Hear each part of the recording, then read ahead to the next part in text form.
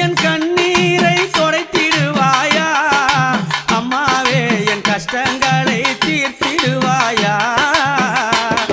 என் கண்ணீரை துடைத்திடுவாயா அம்மாவே என் கஷ்டங்களை தீர்த்திடுவாயா